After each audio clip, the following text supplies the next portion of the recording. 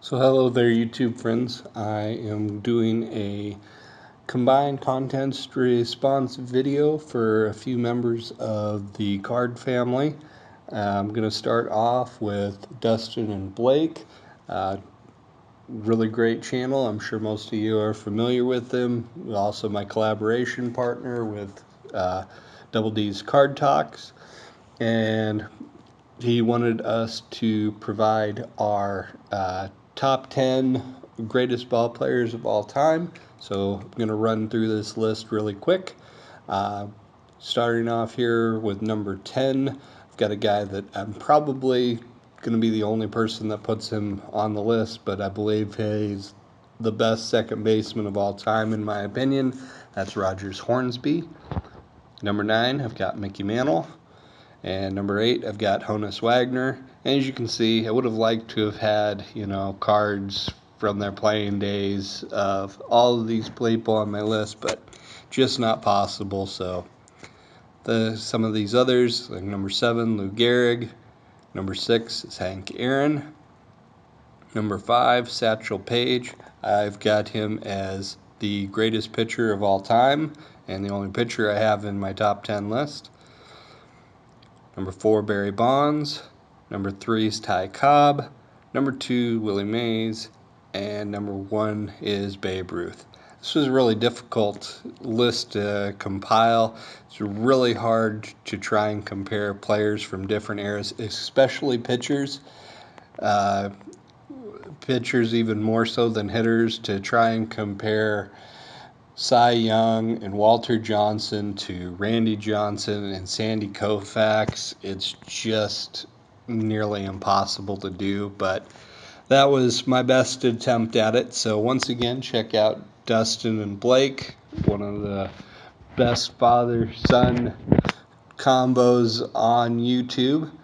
Next, I'm going to do a response for Snodzilla Cards, and he wanted us to shout out a break that he had upcoming. I'm doing this after his break has ended, but the good news is he's got another break that'll be coming up really soon that you should check out his channel and find out the details about. And another just great guy to deal with. I don't do many breaks at all, but I try and get in on some of the ones that he does just because I enjoy the event and the camaraderie of the chat that goes on during the break and all that. So it's a good thing to be a part of. So, and next up, he also wanted us to say what we'd like for him to shop for us at the National if we win. And so I've got two options here for you, Pat. Now, the first one here is if you want to actually have to do a lot of hunting. And then I would ask, to search for a Sam Crawford card. Very likely you'd have to get an example like the one on the left here, which is a card from a baseball game card deck from 1930. It's one of his more inexpensive cards. And if you could find, one raw in, not super sharp condition, it should be pretty affordable. But for a Hall of Famer, he's a guy that can be a little bit tougher to track down on some of his stuff that isn't super expensive candy and caramel and tobacco cards. And, if you wanted a task that's going to be really easy, then I would ask for a Bob Gibson autograph. Bob Gibson's probably one of the greatest athletes ever to come from the state of Nebraska. And, it's like he's one of the kind of a glaring omission from my Hall of Fame autograph collection at this point, especially with my Nebraska-centric theme to my collection. So something like that would be great. I'm not picky, it's on card, great. If it's sticker, well, that's fine with me too. Nothing, doesn't have to be anything super fancy, high end, and 1-on-1 or anything like that. But okay, so those were my options for that. So thanks again to Snodzilla Cards for the contest. And the last one I will be doing is for Eloy the Goat Flores. And I know I believe he's already done the drawing for this one, but I wanted to get it in anyway and give out a shout out to, a member of the card family, somebody that's active in our group, and just overall really good guy. Does a lot of auctions, normally on a weekly basis, which those can be fun to get into. And so he wanted us to list our 4 favorite cards. Now, I can't just pick out 4 cards and say they're my favorites. I have to narrow things down something, otherwise I just can't choose between them. I just can't do it. So what I did was I said, well, I was going to pick cards that I thought, well, nobody else might have or would think were that great.